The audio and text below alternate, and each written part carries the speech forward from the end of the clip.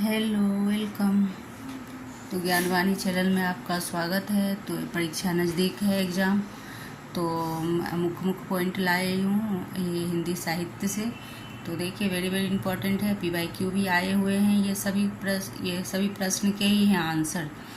तो ज़्यादा हो जाता प्रश्न उत्तर करते, तो फिर मैं याद तथ्य ही लाई हूँ।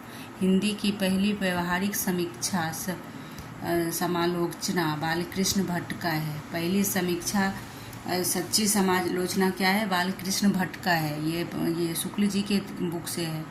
और लाला श्रीनिवास दास के संयोगिता स्वयंवर समालोचना बालकृष्ण भट्ट ने की थी।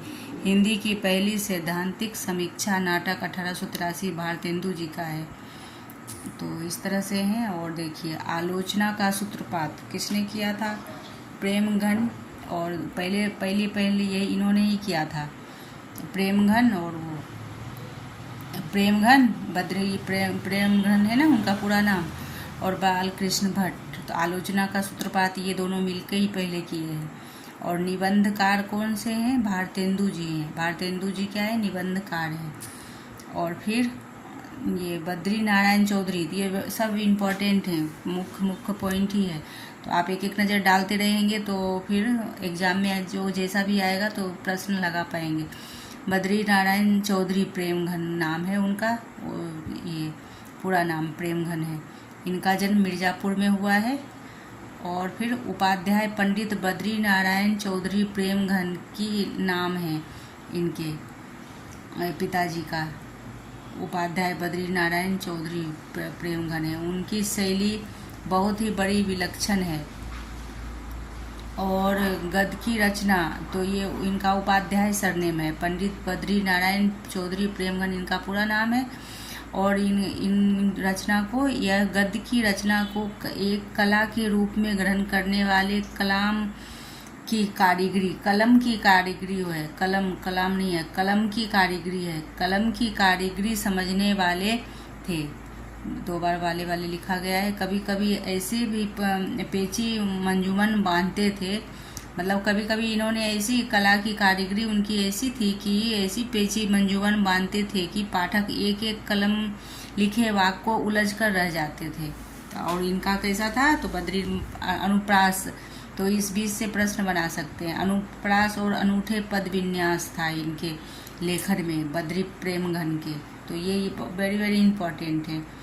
और विन्यास, और उनका ध्यान रहता है कि प्रेमघन जी ने भारत सौभाग्य और कांग्रेस के अवसर पर खेले जाने के लिए 1888 ईस्वी में लिखा गया भी लक्षण नाटक है। भारत सौभाग्य कांग्रेस अब के अवसर किस समय का है? 1888 ईस्वी में। कांग्रेस उस समय नया बना था, तो उस समय की ये है। और ये तो इनका लक्षण नाटक है ईस्वी का। और फिर देखते हैं आगे। प्रयाग रामागमन। प्रयाग में रामागमन नाटक में राम की अद्भुत प्रयाग के रामागमन में राम के भरद्वाज आश्रम में पहुंचकर आदित्य ग्रहण करना, सीता की ब्रज भाषा रखा। आश्रम में पहुंचकर आदित्य ग्रहण करना और सीता का ये प्रयाग रामागमन, तो ये भारद्वाज आश्रम में पहुंचे हैं उसका है, ये याद रखना है। यहाँ से भारद्वाज आश्रम और सीता का, ये 2 पॉइंट हैं इसमें। एक है कि प्रयाग रामागमन में राम का भारद्वाज आश्रम में पहुंचकर आदित्य ग्रहण करना, और सीता की ब्रज भाषा रखी गई है बोली। सीता की भाषा क्या रखी गई है? ब्रज की भाषा। तो हिंदी में प्रेमघन जी के वीरांगना रहस्य महानाटक अथवा विश्व विनोद नाटक दूरदर्शन ग्रस्त समाज का चित्र खींचने के लिए उन्होंने आनंद कादम्बनी थोड़ा थोड़ा करके निकलते रहे हैं। पूरा न करके उनका साप्ताहिक पत्र नगरी नीरज निकला था। आनंद कादम्बनी पूरा नहीं हुआ था, थोड़ा थोड़ा ही था। और ये शुक्ल जी के बुक से है। और नागरी नीरज निकला समालोचना भट्ट जी ने, यह प्रेमघन चौधरी साहब ने किया है। तो इसका समालोचना कौन किया है? बद्रीनारायण प्रेमघन ने ही इसका समालोचना किया है, नागरी नीरज का। तो ये याद रखना है। और बाबू गदाधर सिंह बंग विजेता का अनुवाद किया था। कौन? बाबू गदाधर सिंह बंग विजेता का अनुवाद किया था। उसकी आलोचना कादम्बनी में 5 पृष्ठों में हुई थी। तो ये बाबू गदाधर के बारे में आएगा। किसकी आलोचना की थी? कादम्बनी की, 5 पृष्ठों में की थी, ये याद रखना है। लाला श्रीनिवास दास, तो आप 1-2 बार इसको रोक रोक के ना, वेरी वेरी इंपॉर्टेंट है, शुक्ल जी के बुक से है और PYQ आए हुए हैं ये। और लाला श्रीनिवास दास की संयोक्ता स्वयंवर बड़ी विस्तृत और कठोर समाज समालोचन है। चौधरी जी के कादम्बनी के 21 पृष्ठ में निकली थी।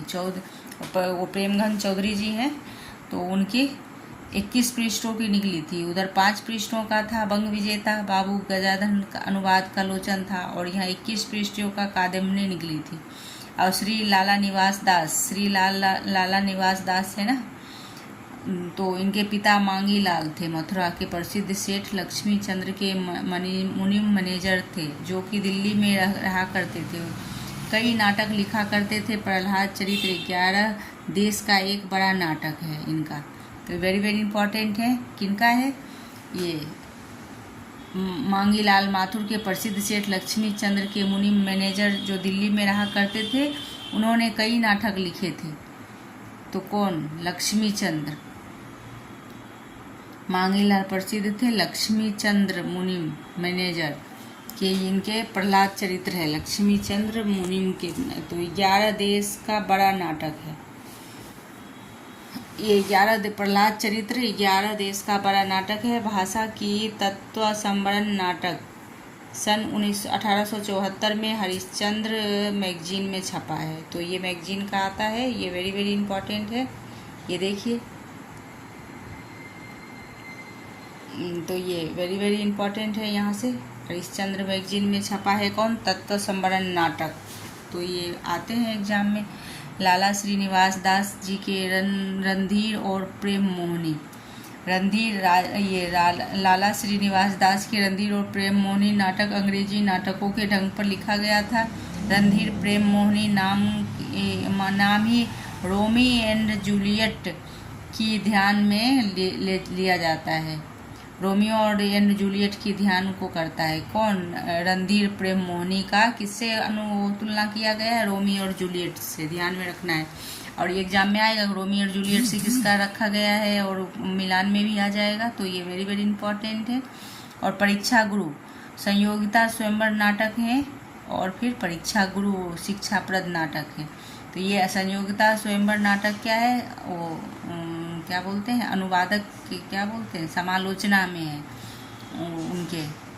ये लाला श्रीनिवास दास के हैं संयोगिता स्वयंवर, और इनके समालोचक हैं। और परीक्षा गुरु शिक्षाप्रद नाटक है इनका दोनों।